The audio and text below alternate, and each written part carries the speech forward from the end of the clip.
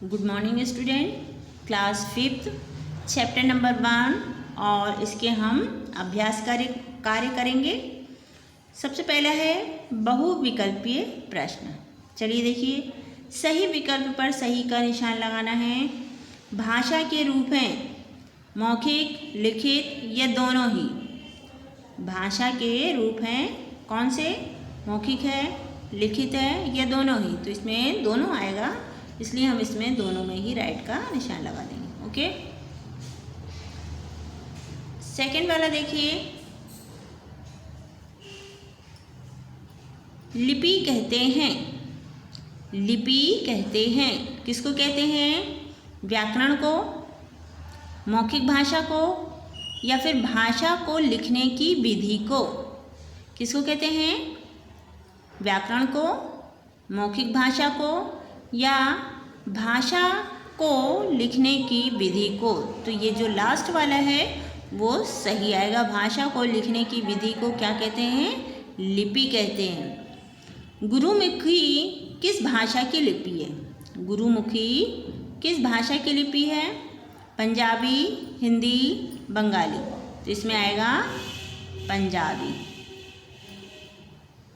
Spain में बोली जाती है अंग्रेजी, जापानी या स्पेनिश। तो ये लास्ट वाला आएगा इसमें, स्पेनिश। सेकंड, सत्य कथन पर सही तथा असत्य पर गलत का निशान लगाइए।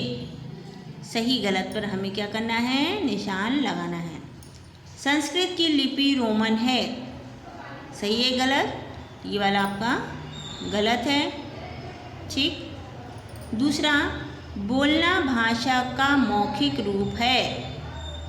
बोलना भाषा का मौखिक रूप है, ये सही है।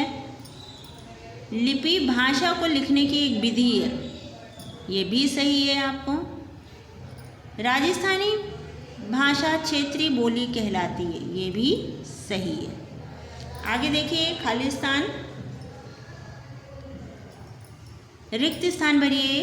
पहला, खालिस्तान विचारों के आदान प्रदान करने का माध्यम है। इसमें आएगा भाषा। भाषा विचारों के आदान प्रदान करने का माध्यम है। दूसरा, बोली भाषा का खालिस्तान रूप है। बोली भाषा का खालिस्तान रूप है, इसमें भरेंगे सीमित। हिंदी खालिस्तान लिपि में लिखी जाती है। कौन सी लिपि में लिखी जाती है हिंदी? देवनागरी।